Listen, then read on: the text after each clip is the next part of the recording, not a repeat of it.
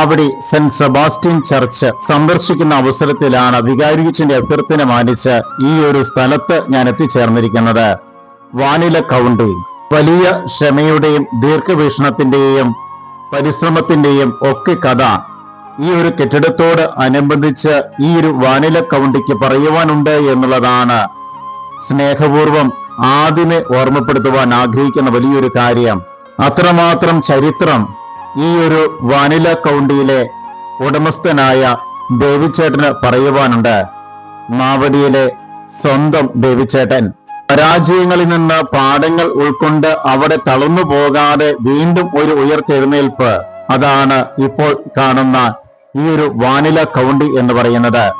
വാനിലയ്ക്ക് നല്ല രീതിയിൽ വില വന്നിരിക്കുന്ന സമയത്ത് ഈ ഒരു പ്രദേശം മുഴുവനും വാനിലകൾ കൊണ്ട് നിറയ്ക്കുകയും എന്നാൽ അതിനുശേഷം വില താഴെ പോയി കഴിഞ്ഞപ്പോൾ വലിയ ഒരു പരാജയം സംഭവിച്ചു. എങ്കിലും തളർന്നു പോകാതെ മുന്നോട്ട് പോകുവാൻ വേണ്ടി ഹോം സ്റ്റേ എന്ന് പറയുന്ന ആശയം തന്റെ ജീവിത പങ്കാളിയോട് അഭിപ്രായം ആരാഞ്ഞപ്പോൾ നല്ല ഒരു സപ്പോർട്ടോടുകൂടി ചെറിയ രീതിയിൽ ആരംഭിച്ച ഒന്നാണ്.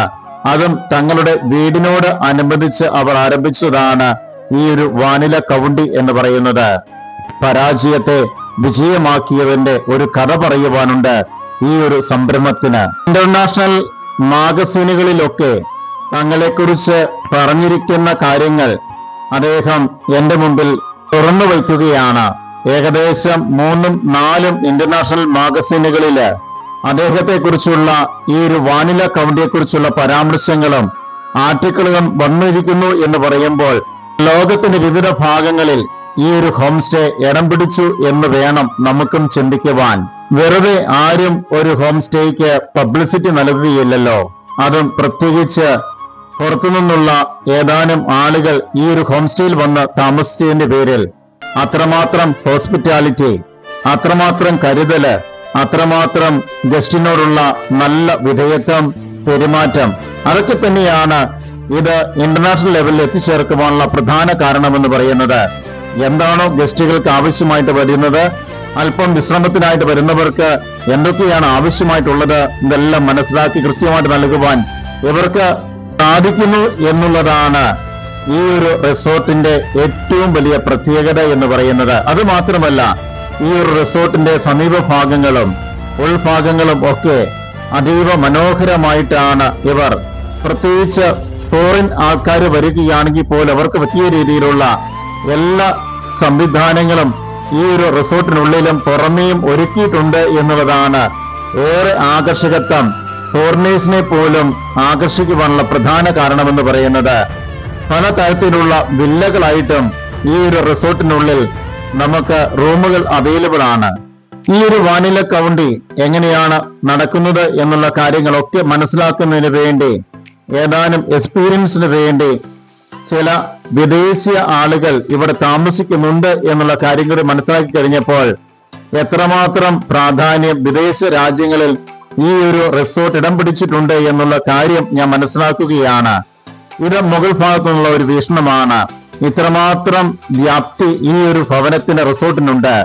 ഈ റിസോർട്ടിനോട് അനുമതി അടുത്ത കാലത്ത് പണി കഴിപ്പിച്ചതാണ് ഈ ഒരു സ്വിമ്മിംഗ് പൂൾ എന്ന് പറയുന്നത്.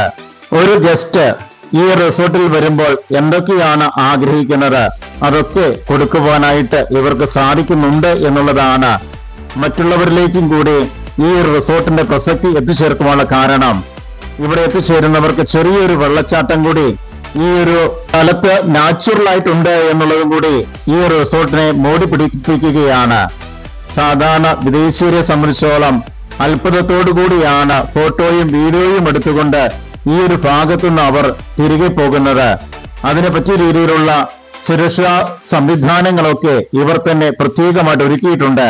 വിദേശീയരെ സംബന്ധിച്ചോളം അല്പം ശാന്തമായി സമയം ചെലവഴിക്കുവാനും അല്പം വിശ്രമിക്കുവാനും ഒക്കെയായിരിക്കാം ഇവർ നാട്ടിലേക്ക് വരുന്നത്. അതിനെ പറ്റിയ രീതിയിലുള്ള എല്ലാ കാര്യങ്ങളും ഒരു പഴമ നിലനിർത്തിക്കൊണ്ട് തന്നെ ഇവർ ക്രമീകരണം ചെയ്തിട്ടുണ്ട്. ഇവിടെ തന്നെ ഇവർ പാകം ചെയ്യുന്ന ഭക്ഷണമാണ് ഏത് വിദേശത്തെത്തിയാലും അവർക്ക് രുചികരമായ രീതിയിൽ നൽകിക്കൊണ്ടിരിക്കുന്നത്. ഇവിടെ ഒരു ബോർമ പ്രവർത്തിക്കുന്നുണ്ട്. ആ ബോർമയിലേക്കാണ് ഇനി നിങ്ങളെ കൂട്ടിക്കൊണ്ടു പോകുവാൻ ആഗ്രഹിക്കുന്നത്. ഈ ബോർമയിൽ തന്നെ ഉണ്ടാക്കുന്ന വിവിധ ഇനം ബേക്കറി സാധനങ്ങളൊക്കെയാണ് വിദേശത്ത് നിന്ന് എത്തിച്ചേരുന്നവരെ ഏറെ ആകർഷിക്കുന്ന മറ്റൊരു ഘടകമെന്ന് പറയുന്നത്.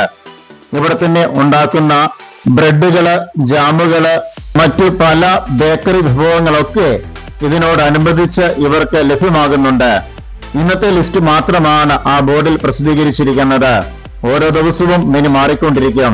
ഓരോരുത്തർക്കും ഇമ്പകരമായ രീതിയിൽ ലൈവായിട്ട് ഓരോ കാര്യങ്ങളും ചെയ്തു കൊടുക്കുമ്പോൾ ഗസ്റ്റുകൾ നല്ല രീതിയിൽ അതിനോട് ക്രിയാത്മകമായിട്ട് പ്രവർത്തിക്കുന്നു എന്നുള്ളതാണ് ഇതിന്റെ ഏറ്റവും വലിയ പ്രത്യേകത.